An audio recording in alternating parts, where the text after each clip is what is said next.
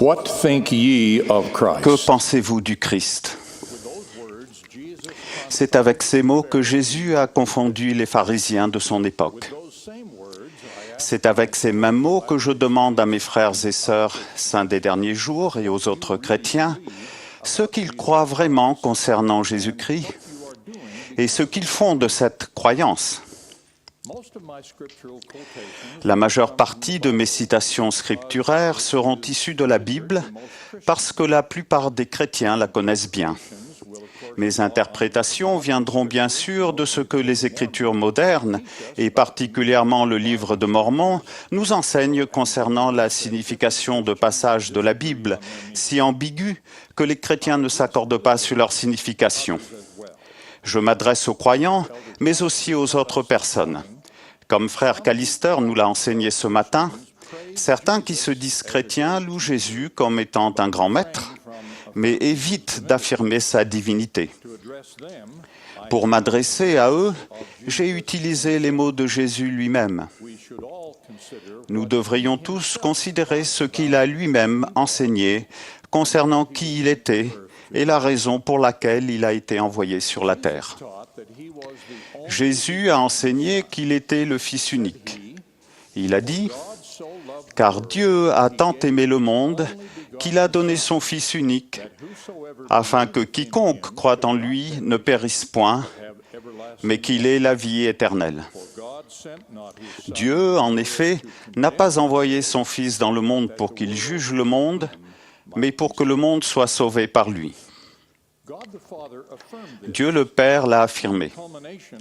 Au summum de l'expérience sacrée sur le mont de la Transfiguration, il a déclaré des cieux « Celui-ci est mon Fils bien-aimé, en qui j'ai mis toute mon affection. »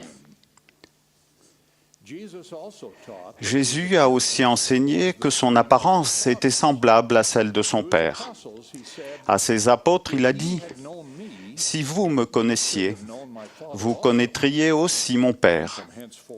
Et dès maintenant, vous le connaissez, et vous l'avez vu. » Philippe lui dit « Seigneur, montre-nous le Père, et cela nous suffit. » Jésus lui dit « Il y a si longtemps que je suis avec vous, et tu ne m'as pas connu, Philippe? Celui qui m'a vu a vu le Père. » Ainsi, l'apôtre Paul a décrit le Fils comme étant l'empreinte de sa personne, du Père. L'apôtre Jean écrit que Jésus, qu'il appelle la parole, était au commencement avec Dieu.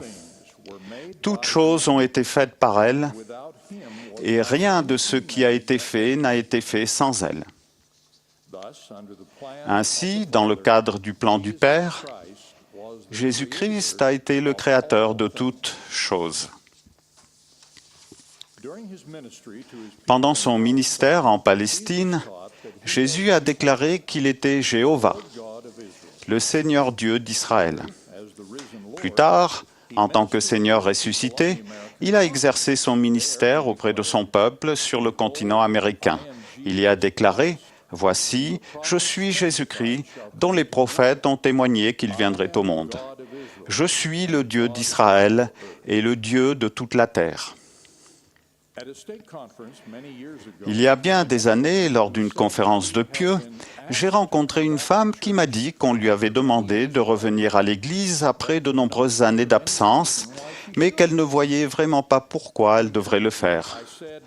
Pour l'encourager, je lui ai dit « Lorsque vous réfléchissez à toutes les choses que le Sauveur a faites pour nous, n'avez-vous pas de nombreuses raisons de revenir pour l'adorer et le servir ?» Sa réponse m'a étonné. « Qu'a-t-il fait pour moi ?» Pour les personnes qui ne comprennent pas ce que notre Sauveur a fait pour nous, je vais répondre à cette question en employant ses propres paroles et mon témoignage personnel. La Bible rapporte cet enseignement de Jésus. « Je suis venu afin que les brebis aient la vie et qu'elles soient dans l'abondance. » Plus tard, dans le Nouveau Monde, il a déclaré « Je suis la lumière et la vie du monde. » Il est la vie du monde parce qu'il est notre Créateur Et parce que, grâce à sa résurrection, nous sommes tous assurés de vivre à nouveau. Et la vie qu'il nous donne n'est pas simplement la vie terrestre. Il a enseigné, « Je leur donne la vie éternelle, et elles ne périront jamais, et personne ne les ravira de mes mains. » Jésus a aussi enseigné, « Je suis la lumière du monde. Celui qui me suit ne marchera pas dans les ténèbres. » Il a aussi déclaré, « Je suis le chemin, la vérité et la vie. » Il est le chemin et il est la lumière, parce que ses enseignements éclairent notre chemin dans la vie terrestre et nous montrent comment retourner au Père.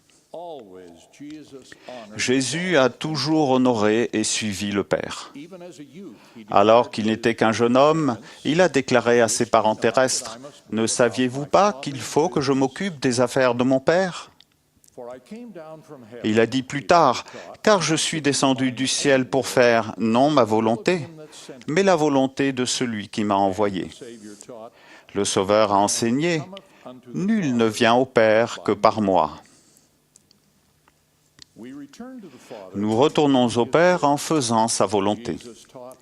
Jésus a déclaré, « Ceux qui me disent, « Seigneur, Seigneur », n'entreront pas tous dans le royaume des cieux, mais celui-là seul qui fait la volonté de mon Père qui est dans les cieux. » Il a expliqué, « Plusieurs me diront en ce jour-là, « Seigneur, Seigneur, n'avons-nous pas prophétisé par ton nom?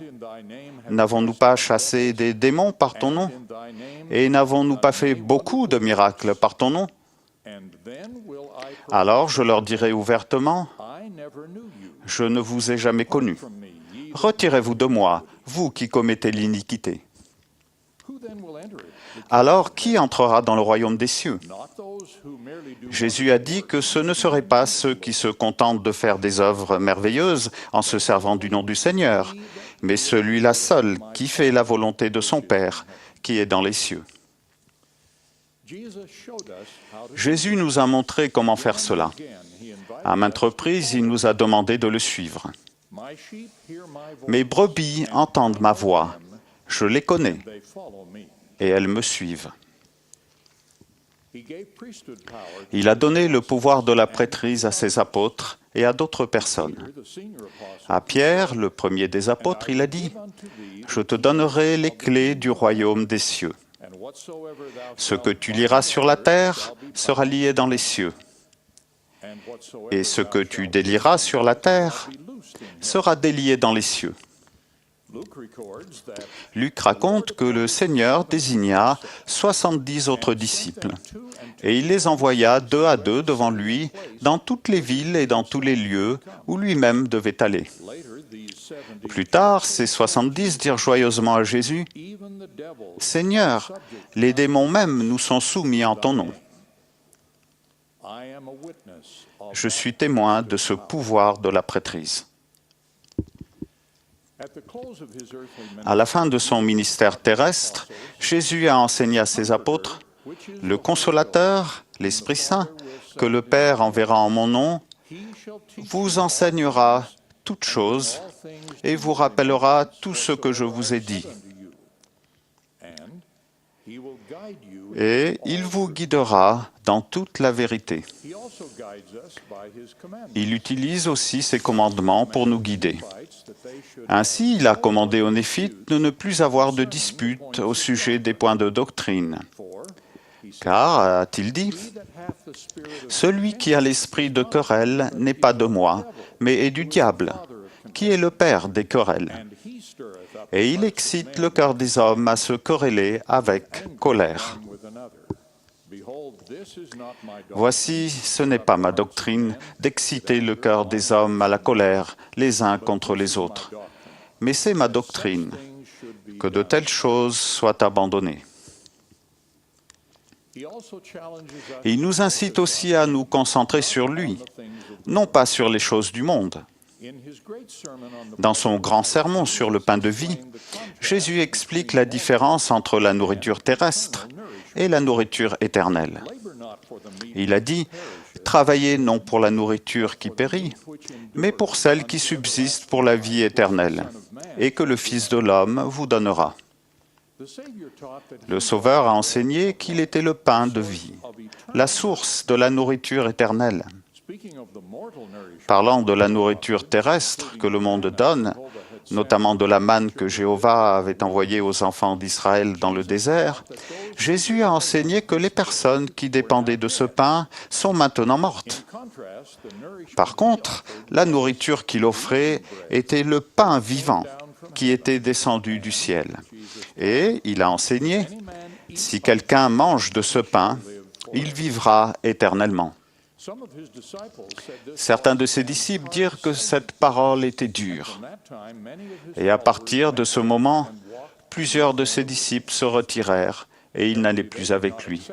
Apparemment, ils n'avaient pas accepté son enseignement précédent, selon lequel il devait rechercher premièrement le royaume de Dieu. Aujourd'hui encore, certaines personnes professant être chrétiennes sont plus attirées par les choses du monde, les choses qui entretiennent la vie sur la terre, mais qui ne nourrissent pas pour la vie éternelle. Pour certains, ces paroles dures sont toujours une raison de ne pas suivre le Christ. Le couronnement du ministère terrestre de notre Sauveur a été sa résurrection et son expiation pour les péchés du monde. Jean-Baptiste l'a prophétisé quand il a dit « Voici l'agneau de Dieu qui ôte le péché du monde. » Par la suite, Jésus a enseigné que le Fils de l'homme est venu pour servir et donner sa vie comme la rançon de plusieurs. Selon le récit de Matthieu, lors de la dernière scène, Jésus a expliqué que le vin qu'il avait béni était son sang, le sang de l'Alliance, qui est répandu pour plusieurs, pour la rémission des péchés. Quand il est apparu aux Néphites, le Seigneur ressuscité les a invités à s'approcher pour toucher la blessure dans son côté et les marques des clous dans ses mains et ses pieds. Il a expliqué pourquoi il faisait cela, afin que vous sachiez que je suis le Dieu d'Israël et le Dieu de toute la terre, et que j'ai été mis à mort pour les péchés du monde. Le récit ajoute que la multitude tomba aux pieds de Jésus et l'adora. Pour cette raison, le monde entier finira par l'adorer. Jésus a enseigné d'autres vérités précieuses concernant son expiation. Le livre de Mormon, qui détaille davantage ce que le Sauveur a enseigné et donne la meilleure explication de sa mission, relate cet enseignement. « Mon Père m'a envoyé pour que je sois élevé sur la croix, pour que j'attire tous les hommes à moi, pour être jugés selon leurs œuvres. Et quiconque se repent et est baptisé en mon nom sera rassasié. Et s'il persévère jusqu'à la fin, voici, je le tiendrai pour innocent devant mon Père en ce jour où je me tiendrai pour juger le monde. Et rien d'impur ne peut entrer dans le royaume du Père. C'est pourquoi rien n'entre dans son repos, si ce n'est ceux qui ont lavé leurs vêtements dans mon sang, à cause de leur foi et du repentir de tous leurs péchés et de leur fidélité jusqu'à la fin. » Nous comprenons ainsi que l'expiation de Jésus-Christ nous donne l'occasion de surmonter la mort spirituelle qui résulte du péché et, en contractant et en respectant des alliances sacrées, d'avoir les bénédictions de la vie éternelle. Jésus a posé la question « Que pensez-vous du Christ ?» L'apôtre Paul a demandé aux Corinthiens « Examinez-vous vous-même pour savoir si vous êtes dans la foi. » Nous devons tous répondre à ces questions pour nous-mêmes. Où se trouve notre loyauté ultime? Ressemblons-nous aux chrétiens de la description mémorable de frère Maxwell qui avait emménagé à Sion, mais essayait encore de garder une résidence secondaire à Babylone? Il n'y a pas de zone neutre. Nous sommes des disciples de Jésus-Christ. Notre citoyenneté est dans son Église et dans son Évangile. Et nous ne devrions pas utiliser de visa pour rendre visite à Babylone ou agir comme l'un de ses citoyens.